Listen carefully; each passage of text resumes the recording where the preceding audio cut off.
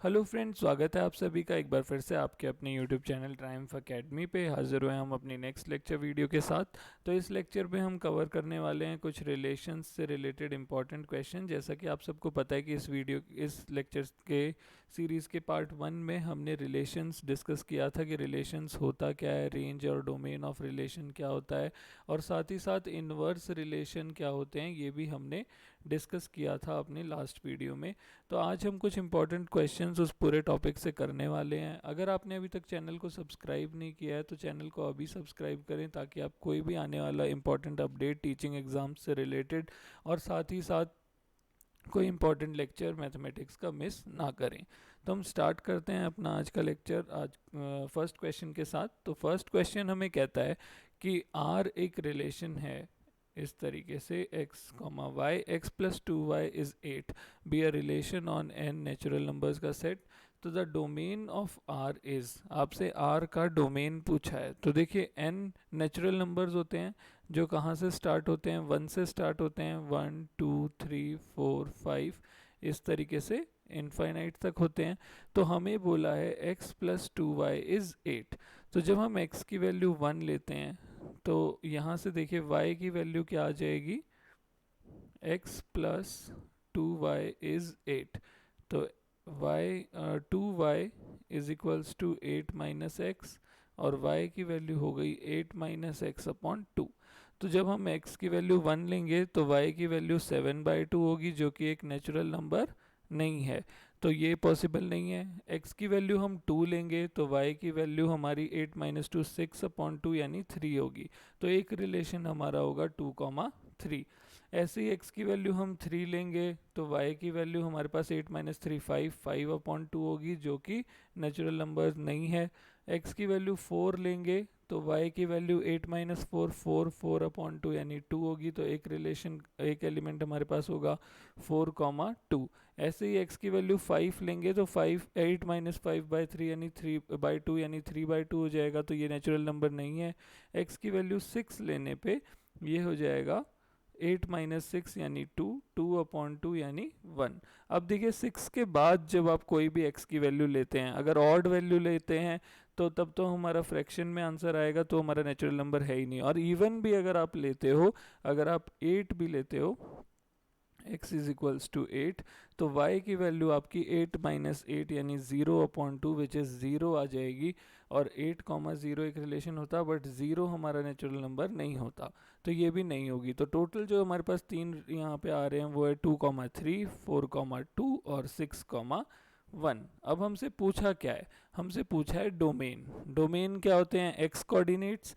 तो यहाँ x coordinate कौन कौन है, 2 4 और 6। तो आंसर यहाँ पे हमारा क्या होगा, ऑप्शन डी विच इज 2,4,6। अब बढ़ते हैं नेक्स्ट क्वेश्चन की तरफ। तो हमें बोला है number of elements in set A is m और number of elements in set B is n। तो हमसे पूछा है ए टू बी में नंबर ऑफ रिलेशंस कितने होंगे। तो नंबर ऑफ रिलेशंस कितने होते हैं हमने अपने लेक्चर में भी डिस्कस किया था, 2 raised to the power mn। ये होते हैं number of lectures, number of relations. But हमसे पूछा है नॉन एम्प्टी रिलेशंस। तो इसमें से एक जो होता है वो हमारा एम्प्टी रिलेशन होता है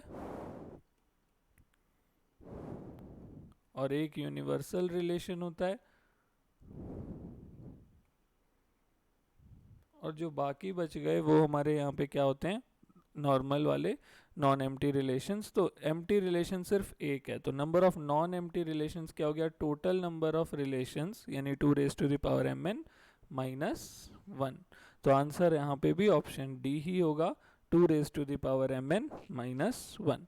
नेक्स्ट क्वेश्चन, एक सेट आपको दिया हुआ है 1 2 3 4 5, रिलेशन दिया हुआ है x y belongs to this set और x is less than y। तो हमें प्रूव करना है कि ये रिफ्लेक्सिव है, ट्रांजिटिव है कि सिमेट्रिक है या कुछ भी नहीं है। तो रिफ्लेक्सिव के लिए तो देखिए 1,1 भी होना चाहिए, है ना। रिफ्लेक्सिव सेट इसका क्या होगा जिसमें 1,1 भी आए, 2,2 भी आए, 3,3 भी आए। तो 1,1 का मतलब यहाँ क्या होगा कि 1 इज लेस देन 1। क्या ये पॉसिबल है, नहीं। तो इसका मतलब ये हमारा रिफ्लेक्सिव नहीं है। सिमेट्रिक पे आते हैं। अब देखो अगर 1,2 है दैट मीन्स कि 1 इज लेस देन 2। तो सिमेट्रिक के लिए तो उसके अंदर 2,1 भी होना चाहिए, विच मीन्स 2 इज, एक बार इसे रेज कर लेते हैं, तो which means 2 is lesser than 1, जो कि पॉसिबल नहीं है।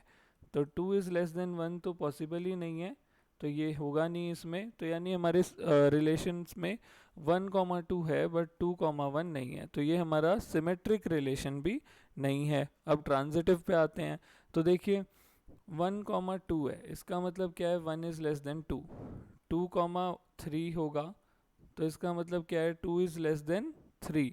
और ट्रांजिटिव के लिए एक इसका फर्स्ट और इसका थर्ड सेकंड भी होना चाहिए, यानी 1,3, which means 1 is less then 3। तो ये सही है, तीनों यहाँ पे हमारे सेटिस्फाई कर रहे हैं, इसका मतलब ये हमारा यहाँ क्या है, एक ट्रांजिटिव सेट है। ठीक है, ट्रांजिटिव रिलेशन है और रिफ्लेक्टिव और सिमेट्रिक नहीं है।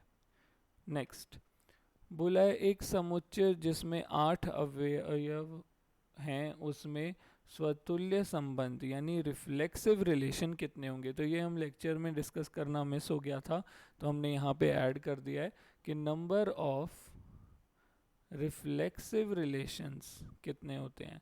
तो नंबर ऑफ रिफ्लेक्सिव रिलेशंस होते हैं 2 raise to the power n square minus n। ठीक है, यहाँ n क्या है, number of elements in the set. तो यहाँ पे नंबर ऑफ एलिमेंट्स कितने हैं, 8। तो आपके नंबर ऑफ रिफ्लेक्सिव रिलेशंस कितने होंगे, 2 raise to the power 8 square minus 8, which is 2 raise to the power 64 minus 8, which is 2 raise to the power 56। तो आंसर होगा option B, 2 raise to the power 56। Next question हमें बोला गया है यहाँ पे कि आर में को प्राइम हमें चेक करना है, ए और बी जो हैं को प्राइम होंगे। तो देखिए रिफ्लेक्सिव चेक करने के लिए सपोज 1,1 नेचुरल नंबर्स का सेट ही बोला है, तो देखो 1 और 1 एक दूसरे के को प्राइम है, 2 और 2 भी एक दूसरे के को प्राइम है, क्योंकि इनका कोई और कॉमन फैक्टर नहीं है 1 के अलावा। ठीक है, तो ये रिफ्लेक्सिव होगा। फिर आते हैं सिमेट्रिक पे, जैसे 2,3 आपस में को प्राइम है, तो 3,2 भी तो आपस में को प्राइम है। अगर 2 और 3 का कोई और फैक्टर नहीं है 1 के अलावा कॉमन, तो ऐसे ही 3 और 2 में भी कोई और कॉमन फैक्टर नहीं है एक्सेप्ट 1, तो ये दोनों क्या है, दोनों आएंगे इसमें। तो इसका मतलब क्या है, हमारा जो सेट है वो सिमेट्रिक भी है। ठीक है, रिफ्लेक्सिव भी है और सिमेट्रिक भी है। अब सिमेट्रिक के बाद हम देखते हैं ट्रांजिटिव। तो ट्रांजिटिव कैसे चेक करेंगे, सी 2 और 3 एक दूसरे के को प्राइम है, 3 और 5 एक दूसरे के को प्राइम है, इसका फर्स्ट और इसका सेकंड ले लो 2,5, 2 और 5 भी एक दूसरे के को प्राइम हैं। तो इसका मतलब क्या है कि ए, एक बार इरेज कर लेते हैं इसे,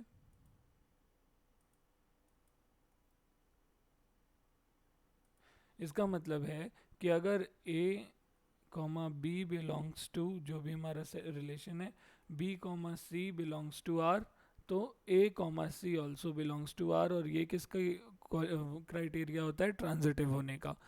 तो हमारा जो सेट था यहाँ पे, हमारा जो रिलेशन है वो सिमेट्रिक भी है, रिफ्लेक्सिव भी है और ट्रांजिटिव भी है। तो इसका मतलब क्या है कि वो एक इक्विवेलेंस रिलेशन है। ठीक है, अब बढ़ते हैं नेक्स्ट क्वेश्चन की तरफ। तो नेक्स्ट क्वेश्चन हमें बोलता है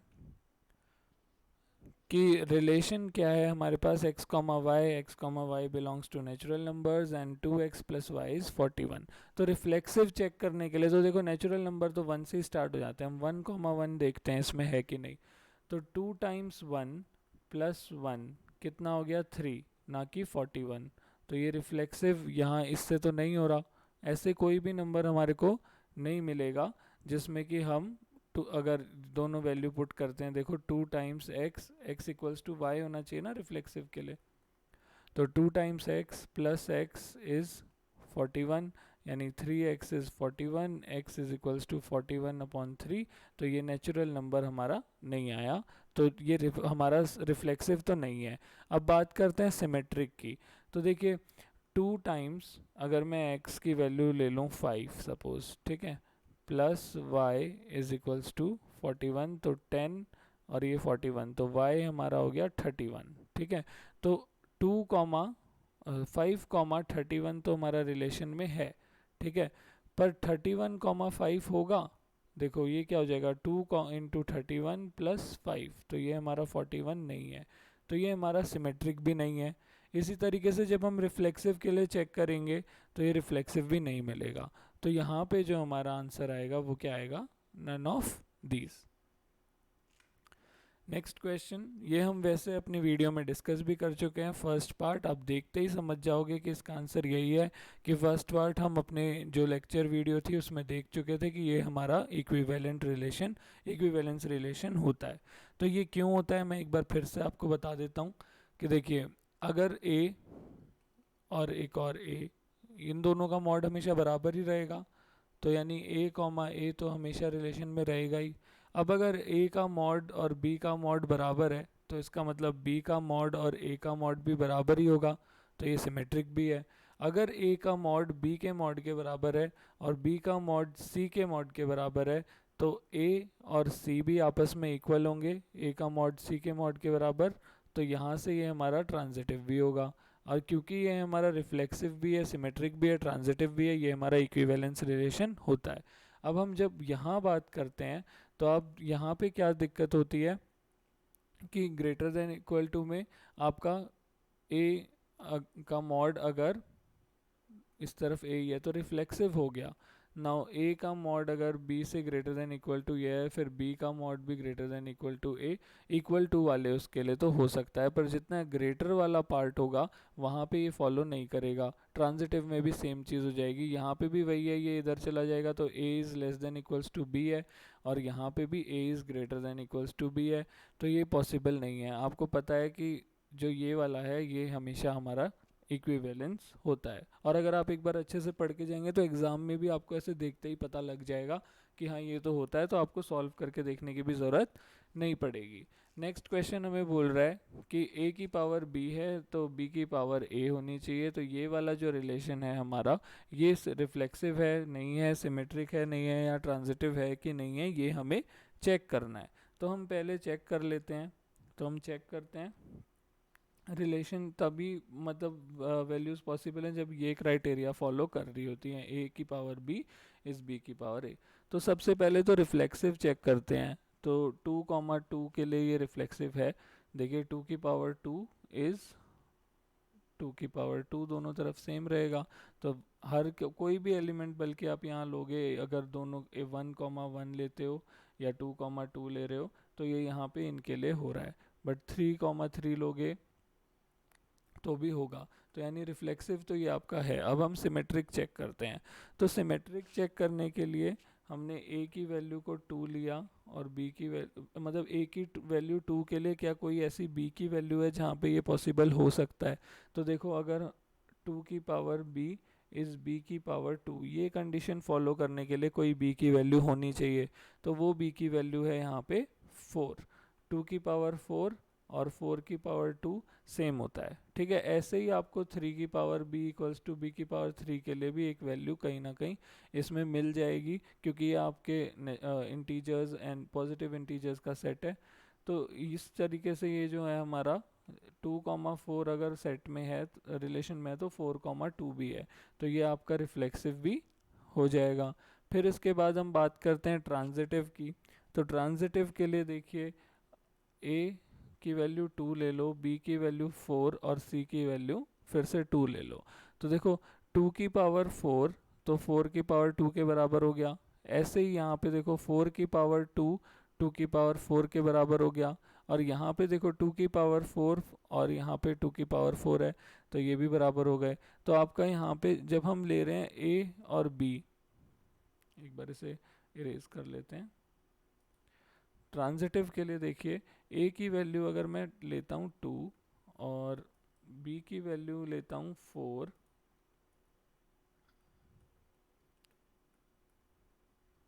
और c की वैल्यू लेता हूँ 2, तो यहाँ पे देखो 2 की पावर 4 इज इक्वल्स टू 4 की पावर 2। अगर मैं ये दोनों को लेता हूँ तो 4 की पावर 2 इज इक्वल्स टू 2 की पावर 4।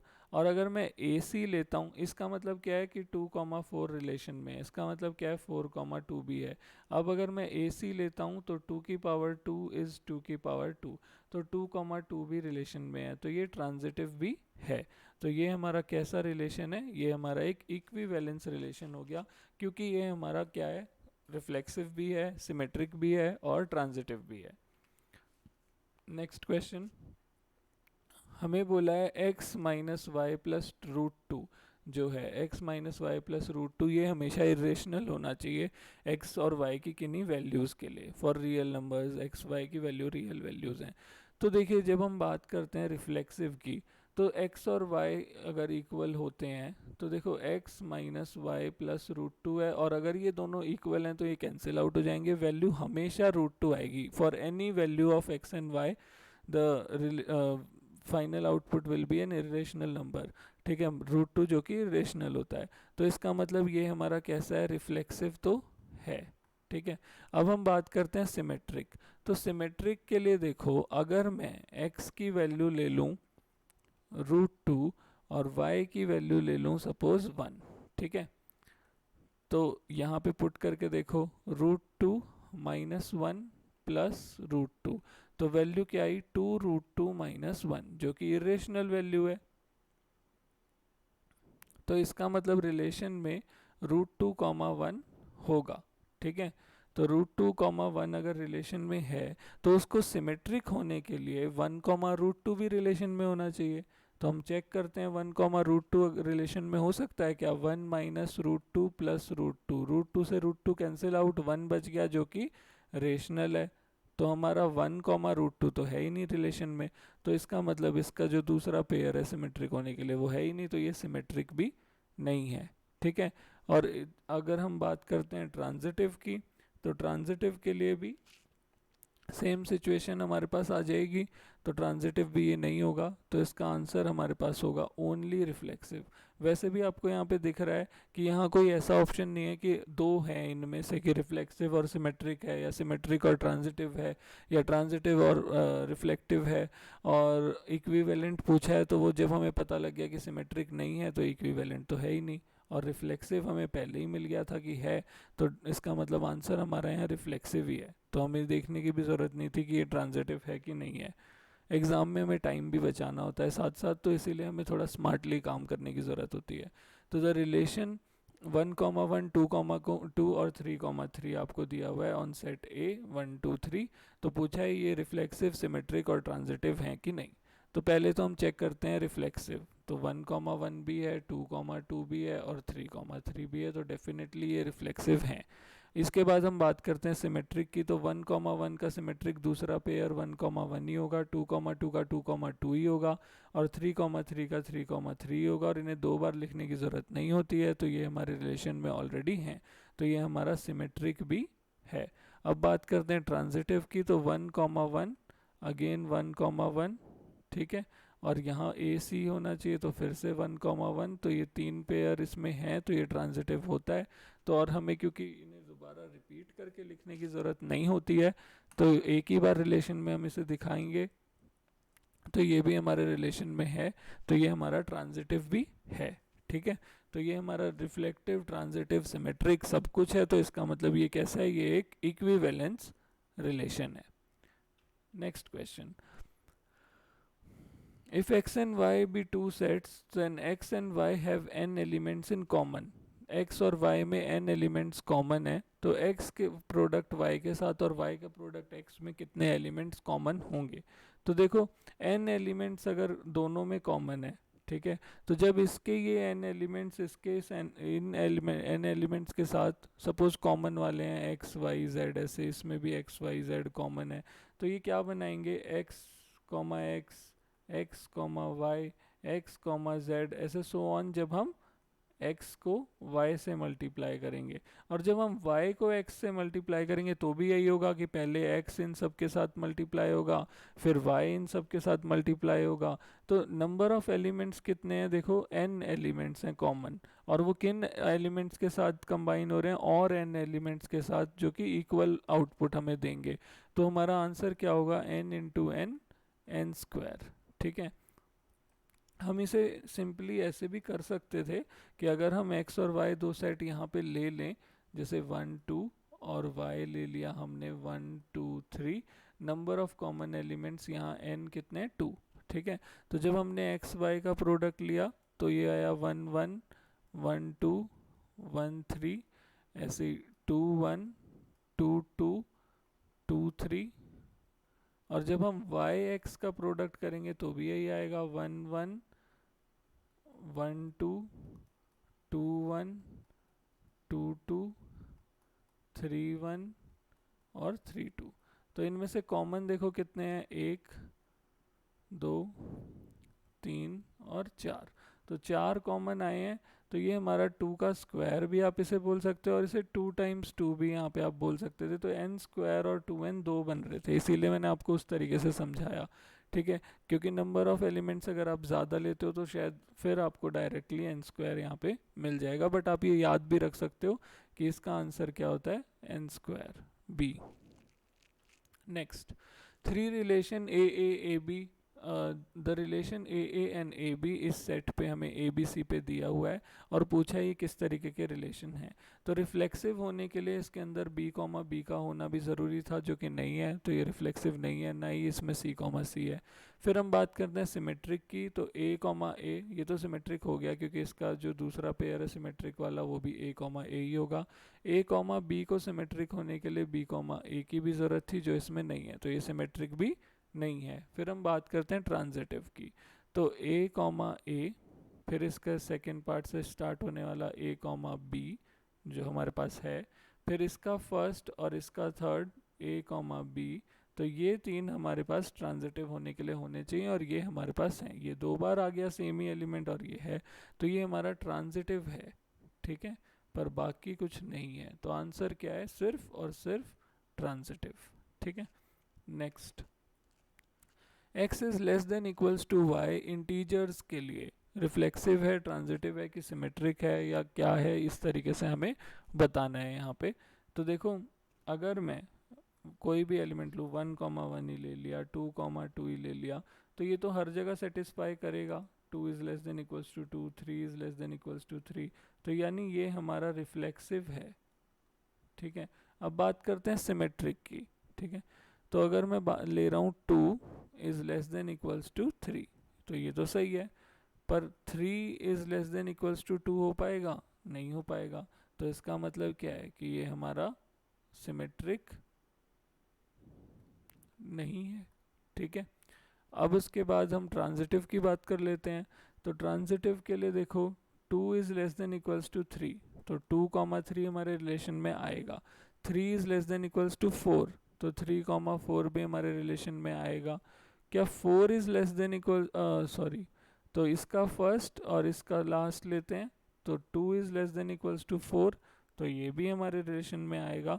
तो देखो, ए कॉमा बी हमारे रिलेशन में है, बी कॉमा सी हमारे रिलेशन में है, और ए कॉमा सी हमारे रिलेशन में है। तो इसका मतलब क्या है कि ये ट्रांजिटिव है।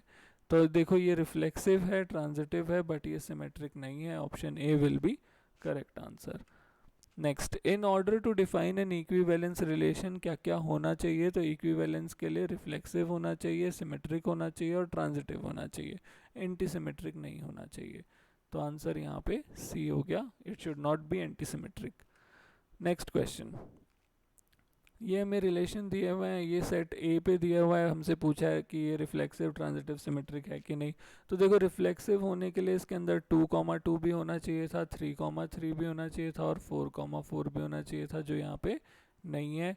तो ये हमारा रिफ्लेक्सिव नहीं है। सिमेट्रिक चेक करते हैं, 1 कॉमा 1 का तो सेम वही हो गया। 1 कॉमा 3 के लिए 3 कॉमा 1 यहाँ है, 3 कॉमा 4 के लिए 4 कॉमा 3 यहाँ पे नहीं है, तो सिमेट्रिक भी ये नहीं है। अब ट्रांजिटिव चेक कर लेते हैं।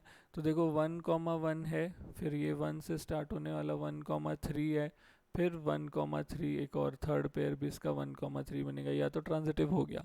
पर जब हम बात करते हैं 4 वाले की, तो देखो 1 कॉमा 3, 3 कॉमा 4, तो अब 4 और 1 भी होना चाहिए था, जो कि यहाँ पे नहीं है, ठीक है। या आप अगर बात करते हो, हाँ ठीक है, यही होगा, तो यहाँ नहीं है, तो हमारा ये ट्रांजिटिव भी नहीं है। तो ये देखो ना ये रिफ्लेक्सिव है, ना ये सिमेट्रिक है, ना ये ट्रांजिटिव है, तो इसका आंसर आ गया none of the above.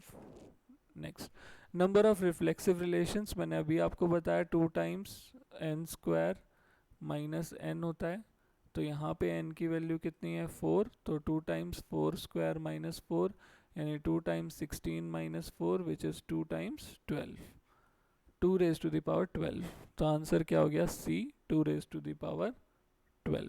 Next, mod of x square is minus y square is less than 16। तो इसके लिए हमें चेक करना है कि यूनिवर्सल रिलेशन इस सेट का क्या होगा। तो पहले तो देखो इसमें से जब हम ले रहे हैं, अगर x की वैल्यू 1 लेंगे तो यहाँ किस किस वैल्यू की ऑफ y के लिए ये पॉसिबल रहेगा। तो देखो mod of 1 square minus 1 square क्या हो गया 0 विच इज़ लेस देन 16, ठीक है। तो 1, 1 आएगा। फिर 1 स्क्वायर माइनस 2 स्क्वायर का मॉड, तो ये हो गया 1 माइनस 4 यानी 3, -3 होता है पर मॉड की वजह से 3 हो गया, तो ये भी लेस देन 16, तो 1, 3 भी रिलेशन में आएगा। फिर ऐसे ही 1, 2 भी 1, 2 भी आएगा, ऐसे ही 1, 3 भी आएगा। 1, 4 में क्या हो जाएगा 1 स्क्वायर माइनस 4 स्क्वायर यानी -15, मॉड में करेंगे 15 विच इज़ लेस देन 16, तो ये भी हो गया। बट 1, 5 नहीं आ पाएगा क्योंकि 1 स्क्वायर माइनस 5 स्क्वायर मॉड में करेंगे तो 24 आएगा which is not equal less than 16, ठीक है। तो ऐसे ही 2 में आएंगे। तो देखो यही 4 एलिमेंट हमें पूरे इनमें से किसी में भी नहीं मिल रहे, इसका मतलब ये हमारा यूनिवर्सल रिलेशन तो इनमें से कोई भी नहीं है। तो यूनिवर्सल रिलेशन हमारा यहाँ क्या होगा नन ऑफ दीज। और वैसे भी अगर आप याद रखो तो यूनिवर्सल रिलेशन जो इसमें है, नंबर ऑफ रिलेशंस यहाँ पे सारे के सारे शो होने चाहिए उसमें, तो इतने कम नहीं होंगे कि इनमें 4 रिलेशन सिर्फ आपको दिए हुए हैं, उससे ज़्यादा ही होते, ठीक है। तो next, the relation less than हम पहले भी कर चुके हैं एक क्वेश्चन में, फिर से बता देता हूँ कि suppose a is less then a, ये तो हो ही नहीं सकता, तो इसका मतलब a तो रिलेशन में होगा ही नहीं, तो रिलेशन हमारा रिफ्लेक्सिव नहीं होगा, ठीक है। फिर a is less then b, but b is less then a नहीं होगा, तो इसका मतलब हमारा सिमेट्रिक भी नहीं होगा। पर देखो a is less then b, b is less then c, तो a is less then c भी होगा, तो इसका मतलब ट्रांजिटिव हमारा रिलेशन होगा। तो इसका मतलब यहाँ क्या आएगा ऑप्शन बी, ट्रांजिटिव। नेक्स्ट, ये रिलेशन दिया हुआ है, ये सेट दिया हुआ है, पूछा है ट्रांजिटिव है कि नहीं, रिफ्लेक्सिव है कि नहीं। तो देखो रिफ्लेक्सिव होने के लिए तो 2, 2 भी होना चाहिए था, 3, 3 भी होना चाहिए था, जो नहीं है। चेक करते हैं सिमेट्रिक, तो 1, 1 तो ठीक है, बट 1, 2 के लिए 2, 1 भी होना चाहिए था, तो अगेन नहीं है। चेक करते हैं ट्रांजिटिव, 1, 1, फिर यहाँ 1 है तो 1 से स्टार्ट होने वाला 1, 2, और इसका फर्स्ट और इसका लास्ट 1, 2, तो 1, 2 तो है हमारे पास, तो ये हमारा ट्रांजिटिव का इसमें पेयर बन रहा है जो कि हमारे पास यहाँ ऑलरेडी है, तो ये हमारा ट्रांजिटिव होगा, ठीक है। तो आंसर क्या होगा option A, only transitive. Next, again देखो हमें पता है कि कब इक्विवेलेंस रिलेशन नहीं होगा, ठीक है। तो हमें पता है कि ए इक्वल्स टू बी में इक्विवेलेंस रिलेशन होता है। जब हम ए लेस देन बी की बात कर रहे हैं तो हमें पता है सिर्फ ट्रांजिटिव होता है, हम कई बार ये भी कर चुके हैं। हमें हर बार क्वेश्चन को सॉल्व करने की ज़रूरत नहीं है, क्योंकि हर बार अगर आप पूरा कर करके देखोगे तो एग्ज़ाम में टाइम निकल जाएगा। तो कुछ जो फैक्ट्स होते हैं आपको वो याद रखने चाहिए और उसके बेसिस पे देखना चाहिए कि आप श्योर हो उस चीज़ के लिए। तो जैसे ऑप्शन सी के लिए अब हम यहाँ श्योर हैं कि ये तो सिर्फ ट्रांजिटिव होता है, ये सिमेट्रिक और रिफ्लेक्सिव तो होता ही नहीं है, तो इसका मतलब ये इक्विवेलेंस होगा ही नहीं, तो हमारा आंसर हम बेझिझक सी यहाँ पे लगा सकते हैं। और जब हम बात कर रहे हैं फर्स्ट वाले की और सेकंड वाले की कि a plus be even integer है या a minus be even integer है, तो ऐसा कब पॉसिबल होता है जब a और b दोनों ही क्या हों, इवन इंटीजर हों, ठीक है। और अगर ये दोनों ही इवन इंटीजर हैं, पहली बात देखो दोनों अगर सेम है a इक्वल्स टू बी, तो a प्लस ए यानी 2a, तो ये तो इवन हमेशा ही रहेगा, तो ये प्रॉपर्टी हमारी रिफ्लेक्सिव तो ये फॉलो कर रहे हैं। ऐसे ही a माइनस ए ज़ीरो, मतलब यहाँ पे जब हम बात कर रहे हैं इंटीजर्स के लिए, ठीक है। और अगर हम देख रहे हैं फिर कि सिमेट्रिक के लिए, तो हमें पता है कि a प्लस बी एडिशन में तो सिमेट्रिक रिलेशन आएगा ही, क्योंकि ये कॉम्यूटेटिव होते हैं। दोनों में ही हमारा जो रिजल्ट है सेम ही आना है, और वो सेम क्या आना है, इवन ही आना है। तो सिमेट्रिक भी है, ट्रांजिटिव भी हो जाएगा इसी तरीके से। तो हमारा जो यहाँ आंसर है वो है ऑप्शन सी, ये इक्विवेलेंस रिलेशन नहीं है। Next, if W is a set of straight lines in a plane and the relation R is defined by A R B if A is perpendicular to B, तो A B belongs to whole numbers। तो हमसे पूछा है ये reflexive है कि नहीं है, सिमेट्रिक, एंटी सिमेट्रिक, ट्रांजिटिव, ठीक है। तो पहली चीज़ देखते हैं हम कि A परपेंडिकुलर खुद के हो सकता है, नहीं हो सकता।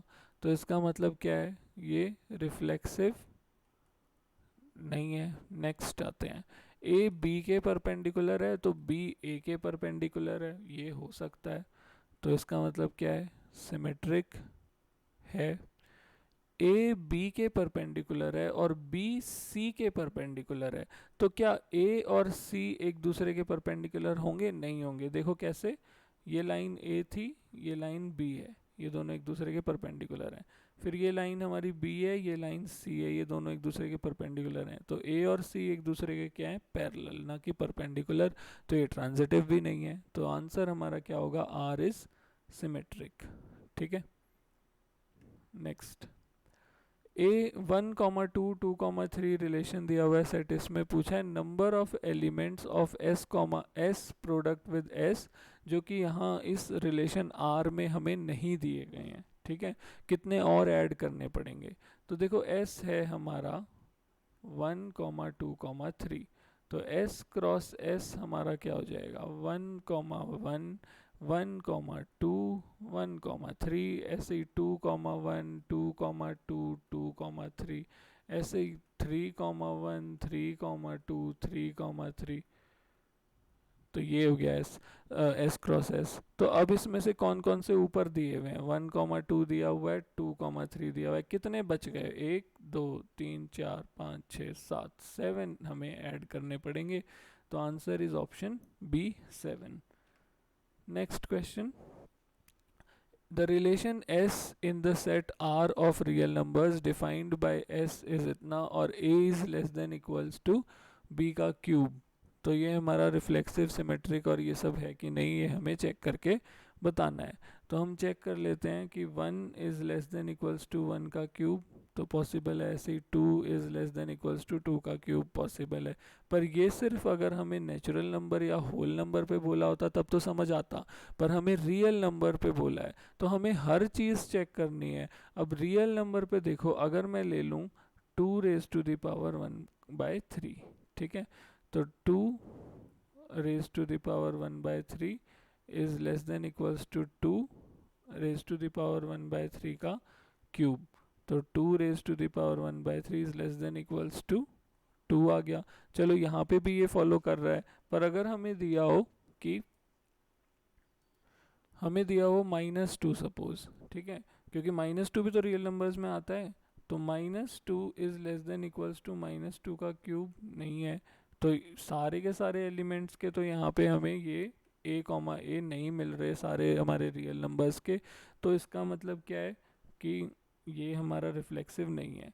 जब हम बात करते हैं सिमेट्रिक की, ठीक है, तो सिमेट्रिक के लिए भी सपोज अगर हम लोगों ने देखा कि -1 is less than equals to, sorry, -2 is less than equals to -1 का क्यूब। तो इसका मतलब क्या है कि -2,1 हमारा रिलेशन में है। पर जब हम इसका उल्टा कर दें, -1 is less than equals to -2 का क्यूब, तो ये तो नहीं है, क्योंकि -1 इज ग्रेटर देन -8। तो यहाँ पे 1, -2, -1, -2 नहीं है, तो इसका मतलब ये सिमेट्रिक भी नहीं है।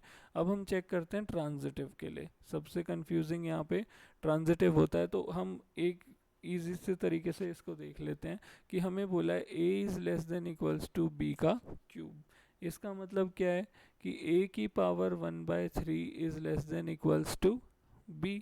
ठीक है, तो अब देखो, अगर हमें बोला है a is less than equals to b का cube and b is less than equals to, ये हमें बोला है a is less than equals to b का क्यूब, तो इससे हमें ये मिल गया। हमें ट्रांजिटिव चेक करना है, तो यहाँ पे देखो b is less than equals to हमारे पास है किसके, b की पावर 1/3 का cube.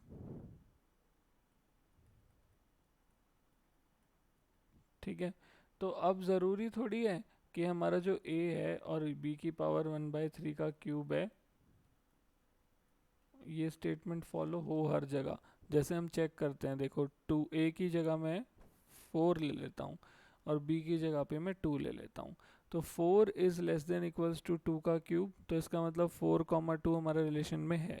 Next 2 is less than equals to 2 की पावर 1/3 का क्यूब, तो ये क्या हो गया, 2 दोनों तरफ 2 हो गया, तो ये भी सही है हमारा। ठीक है, अब नीचे आते हैं, तो यहाँ पे फर्स्ट क्या है हमारा 4 और ये, तो 4 is less than equals to 2 की पावर 1/3 का क्यूब, तो 4 is less than equals to 2 ये हमारा नहीं है, तो यानी यहाँ पे भी हमारा ट्रांजिटिव नहीं है। तो ये जो रिलेशन था हमारा, ये हमें दिख रहा था कि हमारा क्या क्या है, सिमेट्रिक, और ये हमने चेक किया ना, तो ये सिमेट्रिक था, ना ये हमारा रिफ्लेक्सिव था, और ना ये हमारा ट्रांजिटिव था, क्योंकि हमने चेक किया था कि इसमें a is less than equals to. ठीक है, तो हमारा यहाँ पे भी आंसर क्या आएगा, नन ऑफ दीज।